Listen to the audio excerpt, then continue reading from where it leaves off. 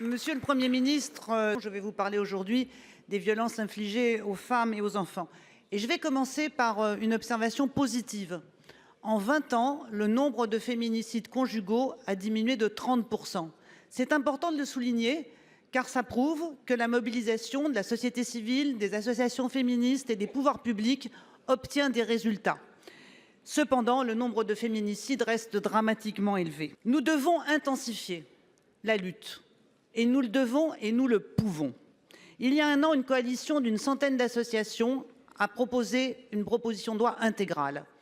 Il y a 3 jours, une coalition transpartisane de députés et de sénateurs de droite, de gauche et du centre a relayé cette proposition des associations et a déposé une nouvelle proposition de loi. La ministre chargée de l'égalité a elle-même annoncé un dépôt de projet de loi regroupant l'ensemble des propositions et du travail qui a été effectué autour d'elle pendant plusieurs mois pour déboucher. Monsieur le Premier ministre, aujourd'hui, nous avons besoin de vous entendre. C'est vous que nous voulons entendre. Je sais qu'il est de tradition que vous répondiez au président de groupe. Pour autant, c'est votre parole qui doit s'exprimer. Nous voulons que vous disiez que vous-même, vous êtes personnellement engagé pour que ce projet de loi aboutisse et que vous allez mobiliser tous les ministres, éducation, santé, justice, intérieur et budget, bien entendu. Car on ne protège pas les femmes, on ne les reloge pas, on ne condamne pas les auteurs sans moyens financiers.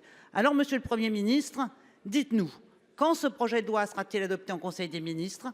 Quand sera-t-il inscrit à l'ordre du jour du Parlement ? Il en va de la vie de nombreuses femmes et étant donné l'exemplarité de la méthode, il en va aussi de la qualité de vie de notre démocratie. Désolée Madame la Ministre d'être celle qui vous répond, mais travaillant en lien direct avec le Premier ministre et en lien interministériel, puisque c'est une cause évidemment partagée et interministérielle que vous connaissez bien. Je vais tâcher de vous répondre sur l'engagement qui est celui du gouvernement et qui est une mobilisation générale et totale qui doit être la nôtre. Nous avons démontré, le Sénat notamment a démontré, qu'il y avait une concorde parlementaire qui était possible. Sans le Sénat, l'IVG n'aurait pas pu être inscrite dans la Constitution. Sans le Sénat, le non-consentement dans la définition du viol n'aurait pas pu être inscrit. Ça veut dire que c'est possible sur des sujets qui créent un peu de consensus dans le pays et aussi du consensus parlementaire. Nous avons des textes qui sont en cours de discussion sur la question du contrôle coercitif. Ça a été voté à l'unanimité d'ailleurs au Sénat. Et nous avons en effet ces travaux transpartisans qui ont émergé. À la fois la proposition de loi que vous-même, avec Céline Thiébaut-Martinez et une centaine de parlementaires, avez déposée, et aussi le groupe de travail transpartisan qui, depuis 6 mois maintenant, s'est réuni de manière à ce qu'on puisse voir quels étaient les objets de consensus. Nous avons en effet une 50aine de mesures de consensus qui ont émergé entre l'ensemble des parlementaires. Il appartient maintenant au gouvernement de les expertiser une à une pour garantir qu'elles puissent être suffisamment solides et qu'elles puissent en effet faire l'objet d'un projet de loi et de notre détermination. C'est le travail que nous allons faire dès le premier semestre avec le Premier ministre, avec l'ensemble des ministres concernés pour garantir que cette loi soit solide et que cette loi puisse être déposée de manière à ce que nous puissions fortifier l'état du droit dans notre pays et la mobilisation générale sur la lutte contre les violences faites aux femmes, la lutte contre les violences sexuelles et la lutte contre les violences faites aux enfants. La fermeture des usines Novasco met à mal votre politique de relance industrielle, celle d'un État qui rechigne à toute intervention directe dans l'économie, mais qui se ruine en aide publique sous couvert de promesses souvent non tenues par des acteurs privés si peu soucieux de la casse sociale qu'ils provoquent. Combien de projets de reprise d'industrie en difficulté ont ainsi englouti ces aides ? 85 millions d'euros d'aide pour Novasco, 298 millions pour ArcelorMittal, pour ne citer que. Qu'ont donné en retour les entreprises bénéficiaires de ces aides ? Le rapport de notre collègue Fabien Gay sur ce sujet est édifiant. ArcelorMittal, qui, tout en distribuant 200 millions de dividendes à ses actionnaires, organise aux frais de l'État le licenciement de 600 salariés à Dunkerque, à Florange et en Basse-Indre.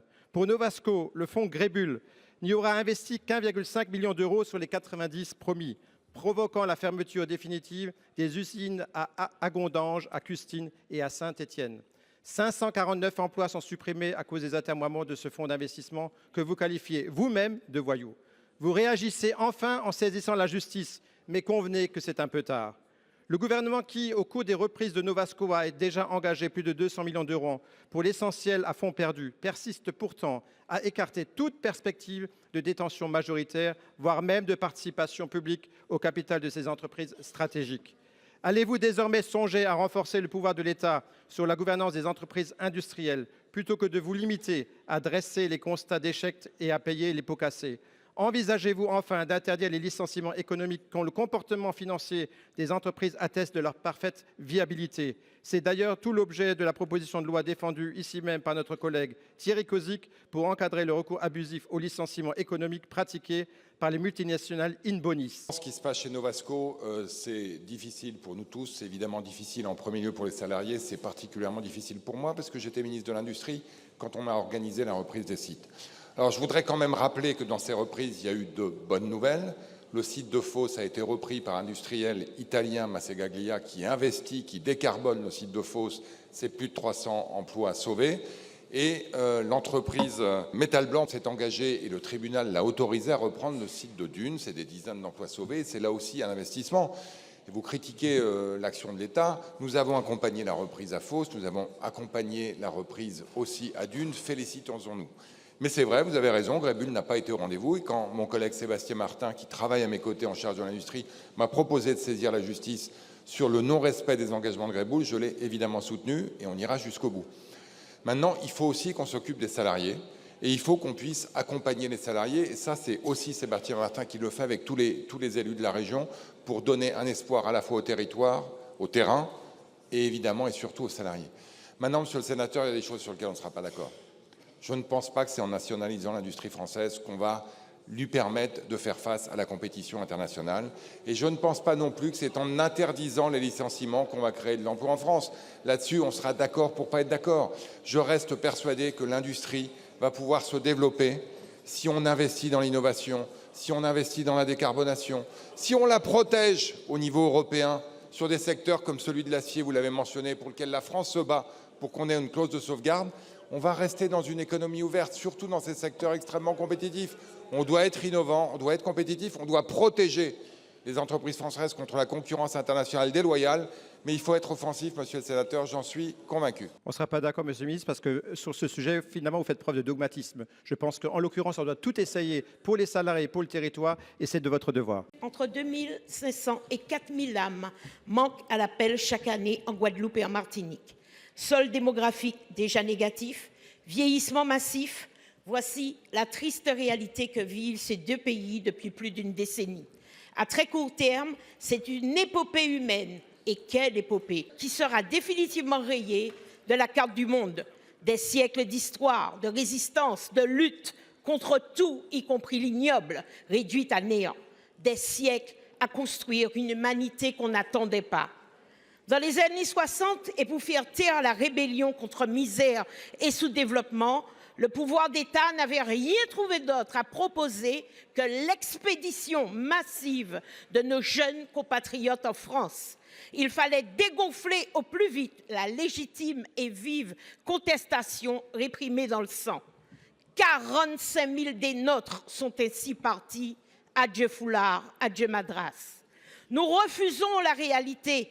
Nous refusons cette fatalité, car cette flamboyante humanité ne doit pas être inexorablement vouée à l'extinction. Il y a 3 ans, oui 3 ans, Madame la Ministre, et même si le dispositif issu de nos débats a été bien ébréché par nous-mêmes, le passeport retour a été voté. C'était un tout petit début d'inversion au passeport le plus souvent aller sans retour du Bumidum, des enfants de la Creuse, et autres scélératesses. Qu'en est-il aujourd'hui, 3 ans après? Où en sont les arrêtés d'exécution tant attendus? L'attractivité des territoires ultramarins, ça doit être au cœur et pas à côté des politiques de développement économique, ce qui appelle des réponses adaptées aux territoires ultramarins. Et si je prends l'exemple de la Martinique, au hasard, Madame la sénatrice, la Martinique, vous l'avez dit, est confrontée à un vieillissement de la population et en même temps à un départ de ces jeunes, notamment des jeunes diplômés. C'est un problème qui est bien identifié, qui appelle des réponses structurelles. Vous avez raison, et je veux lancer un chantier sur le sujet dans les prochaines semaines. Parmi les dispositifs pour encourager les jeunes à se réinstaller dans leur territoire, vous l'avez évoqué, c'est l'aide au retour. Ce dispositif, il a été adopté à l'Assemblée nationale. Ce sont vos collègues, vos homologues Olivier Serva et Max Mathiasin. Ça a été repris dans le SIOM de juillet 2023 et c'est dans le projet de loi de finances pour 2024. Je veux dire qu'il n'y a pas une, mais plusieurs aides ciblées et calibrées en direction de publics différents. Il y a les actifs qui ont des projets d'installation professionnelle, il y a les salariés, il y a les porteurs d'entreprises innovantes, les stagiaires aussi, les alternants. Mais vous avez raison, Madame la sénatrice, tout ça prend beaucoup trop de temps. Ça ne va pas assez vite. Ce n'est pas normal, d'autant qu'on sait l'attente. L'attente sur le terrain, effectivement, pour ceux qui vivent ces réalités. Les choses ont néanmoins avancé, je veux le dire, ces dernières semaines, puisque les dispositifs d'aide au retour ont été précisés dans un décret qui date du 6 septembre dernier. Les choses sont ce qu'elles sont. Il faut un arrêté, effectivement, vous l'avez évoqué.